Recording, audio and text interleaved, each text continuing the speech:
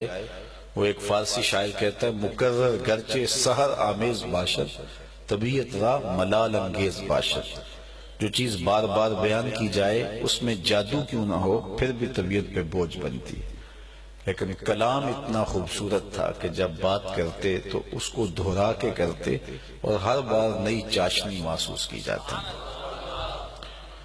میرے آقا کریم علیہ السلام گفتگو طویل کرنے کا مزاج نہیں رکھتے تھے. خطبہ حضور مختصر دیتے تھے. حضرت جابر بن سامرہ رضی اللہ تعالیٰ عنہ سے مروی ہے کنت اصلی مع النبی صلی اللہ علیہ وسلم فکانت صلاته قصدا وخطبته قصدا. کہتے میں حضور کے ساتھ نماز بھی پڑھتا تھا خطبے بھی سنتا تھا. حضور کی نماز بھی لمبی نہیں ہوتی تھی خطبے بھی لمبے نہیں ہوتے تھے. سامعین کا خیال رکھتے اور ان کے وقت کو کم سے کم لیتے تاکہ ان کو تھوڑے وقت میں زیادہ باتیں پہنچا دی جائیں. حتیٰ کہ حضور نماز پڑھاتے جب تو وہ بھی مختصر پڑھاتے, لمبی قرات نہیں کرتے تھے. بعض اوقات ایسا ہوتا کہ خواتین کے ساتھ بچے آئے ہوتے تو وہ روتے تو ماؤں کے دل بے چین ہوتے, حضور قرات مزید مختصر کرتے تھے. ہاں ایسا ہوتا کہ جب اکیلے حضور نماز پڑھتے تو پھر اتنی طویل نماز پڑھتے کہ مالک نے بھی کہا اے چادر اوڑھنے والے ساری رات جاگا نہ کر کبھی سو بھی لیا کر. لیکن جب لوگ ساتھ شامل ہوں تو ان کا حضور پورا پورا خیال رکھتے تھے اور یہی حسن ہوتا ہے. لیکن مختصر ہونے کے باوجود حضور کی گفتگو مضامین کا احاطہ کیے ہوتی اور انتہائی جامعیت کی حامل ہوتی. لہو خورشید کا ٹپکے اگر ذرے کا جگر چیر, اور یہ کلام کا حسن ہوتا ہے. یعنی 3 گھنٹے کی تقریر نتیجہ نکالو تو کچھ بھی نہ ہو, چند لفظ ہوں لیکن معنی و مطالب کی کائنات آباد ہو. اور یہ اللہ نے اپنے محبوب علیہ السلام کو حسن دیا تھا, جمال دیا ہے. صاحب تاریخ فرشتہ نے ایک واقعہ لکھا ہے کہ سلطان محمود غزنوی ایک دن گھر سے باہر نکلا, سونے کا شمعدان لیے آگے آگے خدام چل رہے تھے.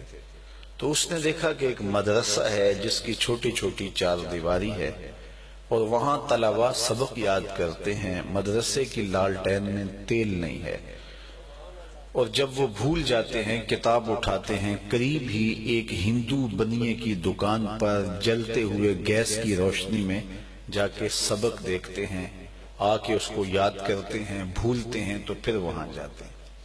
اس کا دل پسیج گیا, قریب آیا تو وہ شمعدان ان طلباء کو دے دیا. طالب علم راضی ہو گئے, اللہ کے رسول بھی راضی ہو گئے. سلطان محمود غزنوی واپس گھر پلٹا, سویا تو اس نے خواب میں حضور کی زیارت کی.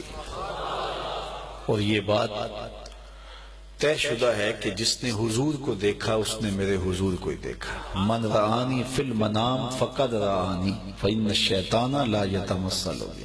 حضور علیہ السلام نے فرمایا جس نے مجھے دیکھا اس نے مجھے ہی دیکھا. شیطان خواب کے اندر آ کر بھی میری مثل ہونے کا دعویٰ نہیں کر سکتا. اور دوسری بات یہ ہے کہ حضور جس کے خواب میں گئے قصد, ارادے اور مرضی سے گئے. میں کسی کے خواب میں جاؤں, آپ کسی کے خواب میں جائیں, ہمیں علم بھی نہیں ہوتا. لوگ فون کر کے پوچھتے جناب آپ رات خواب میں آئے تھے, تو میں کہوں گا مجھے تو نہیں پتا. اور اگر آپ کسی کے خواب میں اس کو نظارہ دے دیں اور وہ آپ کو پوچھے تو آپ کو بھی علم نہیں ہوگا. لیکن حضور اگر کسی کے خواب میں جائیں تو قصد, ارادے اور مرضی سے جاتے ہیں. تیسری بات یہ بھی ذہن نشین کر لیں, خواب میں کسی سے کچھ وصول کریں یا کسی کو کچھ دیں تو وہ محض خواب ہوتا ہے. آپ نے کسی سے قرض لینا تھا تو خواب میں وہ آ کر لٹا گیا تو صبح اٹھ کے کھاتے سے نام کاٹ دیں گے؟ خواب میں دیکھ گیا نا, بھوک میں تڑپتے ہوئے سو گئے اور خواب میں 5 اسٹار ہوٹل سے کھانا کھاتے رہے, صبح اٹھ کے ناشتے کی ضرورت پڑے گی یا نہیں پڑے گی؟ کھانا تو کھایا ہے لیکن خواب میں کھایا نا. وہ کسی نے کہا 100 بار میرے ہاتھوں میں تیرا دامن آیا, جب آنکھ کھلی تو اپنا ہی گریباں تھا. کچھ نہیں ہوتا, خواب محض خواب ہوتا ہے. لیکن اگر حضور خواب میں کسی کو کچھ عطا کریں تو وہ محض خواب نہیں ہوتا. امام بوصیری سے پوچھو. رات چادر ملتی ہے، صبح اٹھتے ہیں کندھوں پہ موجود ہوتی ہے۔